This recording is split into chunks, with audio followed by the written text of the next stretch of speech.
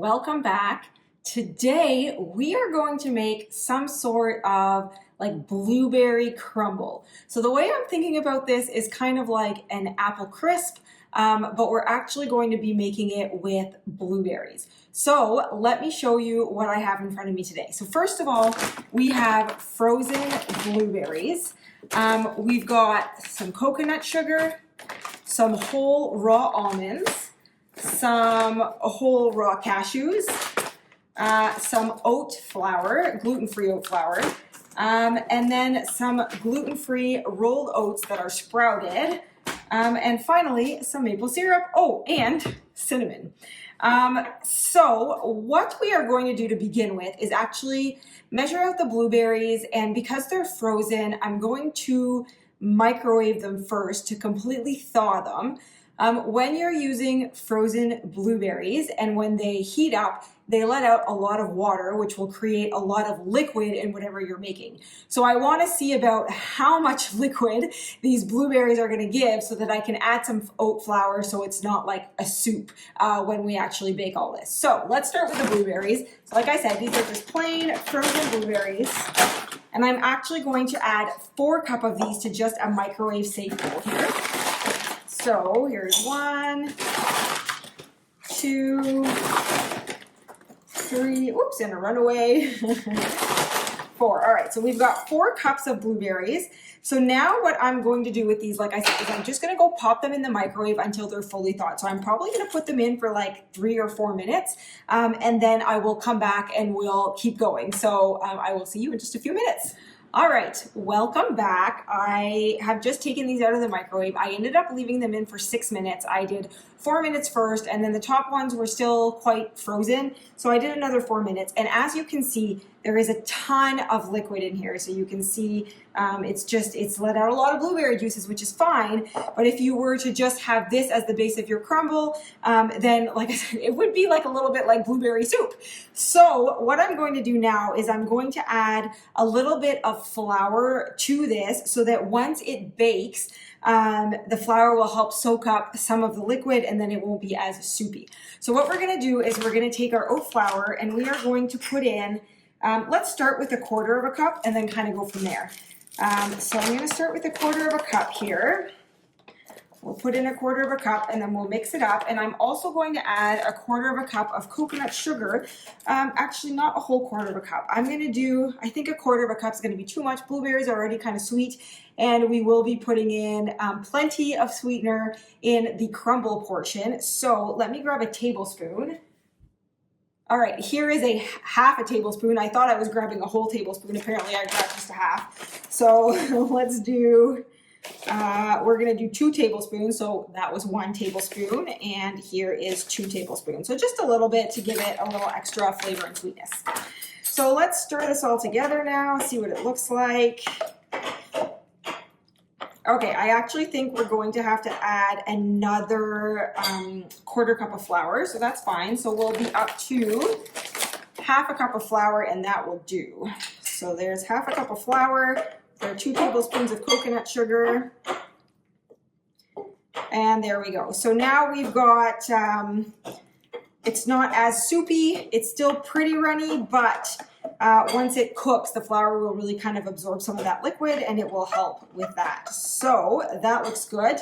Now what we're going to do is I just have a baking dish here. I'm going to spray it with a little bit of this coconut oil cooking spray. So let's just spray this. We'll give it a little spray here. And then I'm going to pour our blueberry mixture into this. So here we go. That looks absolutely lovely. So let's just spread that out so it's evenly coated on the bottom. Put this aside. And now we are going to set this aside while we make our crumble. So I have a bowl here for our crumble topping. So to begin with our crumble topping, I'm going to start with the nuts. So like I said, I have whole almonds here and whole cashews. Now ideally I want almond pieces and cashew pieces. I don't want them to be whole in it. So what I'm going to do is I'm going to grab this cutting board here, if I can reach it, and knife, and I'm going to chop them up. So we're gonna go one at a time. Let's start with almonds. We're gonna do 1 cup of almonds to begin with. So we're blend this out. All right, so we've got 1 full cup of almonds. I'm literally just gonna dump it on my cutting board, and then I'm going to take this knife and chop them up. So basically what I want is for them to be not like little itty bitty pieces, but just chopped up so they're nice, you know, nice chunks. So I will chop this up. I won't make you watch me chop these, and I will come back when I'm ready for the cashews. So one moment. All right, so my almonds are now all chopped up. You'll see they're not all uniform. Like some are slightly bigger, some are slightly smaller, and that's totally okay. All we want is them to be basically chopped and for there to be no more whole almonds left. So now that I've chopped these up, I'm going to transfer this into my large mixing bowl. There we go. Oops, we have a couple runaways here. And now I'm going to repeat with the cashews. So we're going to take the cashews. We're going to take our 1 cup measuring cup, 1 cup with a runaway, of course. Spread them out on our cutting board, and then take our knife and chop again. Here we go. All right, our cashews are now all chopped up. Again, just like the almonds, they're not all totally uniform. Some pieces are a little bit bigger than others, and that's okay. I will say, you could probably use a bigger cutting board. My cashews and almonds were kind of jumping all over the place here, so a bigger cutting board might have worked a little better, but whatever, we got the job done. So let's pour these into the mixing bowl. Perfect. And now what I'm going to do is actually add the oats next. So I have just gluten-free oats here. This is a new, I've never tried this kind. This is a new kind, so hopefully they're delicious. These are rolled oats and they're actually sprouted. So let's do 3, I think I want to do 3/4 cups of these. So we'll do 3/4 cups. We can always add a little more later if needed, but I'm going to start with that. And then I'm going to do 1/2 cup of the oat flour. So let's get that. Make sure this is actually 1/2 cup. It is. All right, so we'll do 1/2 cup of the oat flour. That looks good. Next, I'm going to add 1/2 cup of coconut sugar. So let's just rinse this out a little bit, shake it out. Let's do 1/2 cup of the coconut sugar. There we go. And I'm going to do 1/4 cup of maple syrup. Actually, I'm kind of debating right now. How sweet do we want this? Do we go 1/2 cup of maple syrup or 1/4 cup? Let's start with 1/4 cup and then we'll do a taste test once it's ready, and if we need more, we can add more. So we'll do 1/4 cup of the maple syrup. The maple syrup will also just kind of help everything kind of stick together a little bit, and add that extra like lovely maple flavor. So I'm not going to put this in the sink yet. We'll just put it here for now. And finally, I'm going to add just 1 teaspoon of cinnamon. So I don't want too much cinnamon in here, but I do love a little cinnamon flavor. So we are going to do just 1 teaspoon of that. Now, oh, my mixing spoon is gone. Right, I used it for the blueberries. So let me get another mixing spoon and let's mix it up. All right, so let's give this a good mix. So basically, this isn't really going to look like a batter of any sort. It's more so, like I said, it's called more of like a crumble. So it's basically just going to look crumbly. So you just want to mix it all up so that everything is well incorporated, everything is well mixed together, the nuts are nicely coated with the maple syrup, and everything else is kind of just combined.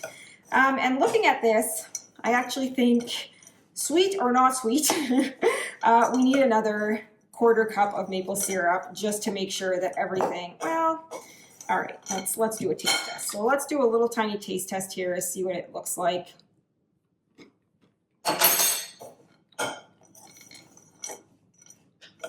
Okay, it's very good, but I am going to do the other, yeah, definitely I'm going to do the other 1/4 cup here. Should have just gone for the 1/2 to begin with. That's all right. We figure out as we go. All right, so now let's mix this in. That will definitely be good. This will suffice. All right, this looks like a lovely crumble now. Yes, I'm very happy with this. All right, so you can see, yeah, we definitely needed that other 1/4 cup of maple syrup just to get everything really well coated in it. And once it bakes, it actually like kind of hardens a little bit and it makes just a lovely crumble. So here we go. So you can see it's like very well coated. It's not like it kind of sticks together a little bit, which is what we want. So now what we are going to do is I'm going to pull our blueberries here, and we are going to spread this out over top of the blueberries. So let's dump this in here. Beautiful. And flatten it out on top as much as we can here so that it's kind of spread out over all of the blueberries. Now the blueberries are riding up a little bit because this is a little bit heavy, but that's all right. It will all bake together and make something lovely. I'm just gonna scoop some in this corner, scoop a little bit in this corner. We just want it all nicely covered. So there we go. That looks lovely. I'm just gonna rinse my finger here. All right, so now, my little cloth. Now what I'm going to do is I'm going to pop this into the oven at 350 degrees Fahrenheit. As usual, I have not preheated my oven, so I'm just gonna put it in, set it to 350 degrees Fahrenheit, and I'm going to leave it in there. I'm gonna start with 20 minutes, and then I will check it and see how things look. My guess is that it might take a little more than 20 minutes, but we'll kind of assess as we go. So I will come back to show you the finished product once it's done. We'll see you soon. All right, welcome back. I have just pulled this out of the oven. I ended up leaving it in for 25 minutes. So I checked it at 20 and it looked like it could still use a little bit more time. So I left it in for another 5 minutes just to be sure. So basically what you will see here is that this is like very hot, but the nuts on top, the crumble, I guess, the nuts and crumble on top have a really nice browning. And when I like opened the oven up to see, I could kind of see the blueberries on the sides almost like bubbling up a little bit. So I knew they were, you know, boiling and nice and pretty much ready to come out of the oven. But the sure tell sign here is the nice browning on top of the oats and the nuts here.